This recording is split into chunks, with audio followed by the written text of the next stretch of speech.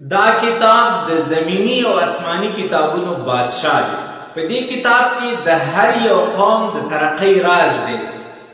په دې کتاب کې د هر یو قوم د امن راز دی. په دې کتاب کې د هر یو قوم د خوشحالۍ راز دی. مونږ به د دنیا په دې ټولو قومونو باندې غالب راځو چې زمونږ د معاشري هر یو فرد د دې کتاب حامل وګرځي. لیکن افسوس صد افسوس نن مسلمان د دې کتاب نه مخ ګرځولې دی. نن مسلمان د دې کتاب نه اعراض کړی دی. د مسلمان اخلاق د قرآن والا نه دي. د مسلمان شکل د قرآن والا نه دی. نن زمون معاشرت جاهلانه ده د قرآن د علومو نه. نن زمون معاشرت جاهلانه ده د نبی د فرامینو نه.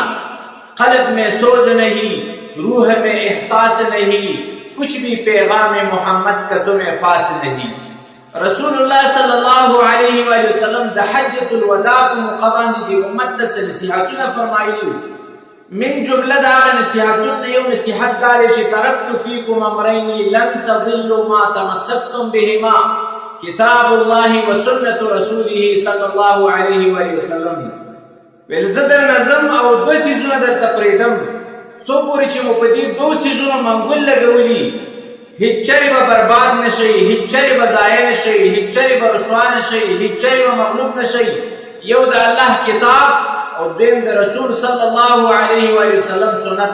لیکن افسوس نن مسلمان د قرآن نه مخ ګرځولی دی او د رسول د سنتو هم مزاح اڑاوی، د رسول د سنتو هم استهزاء و مسخره اڑاوی.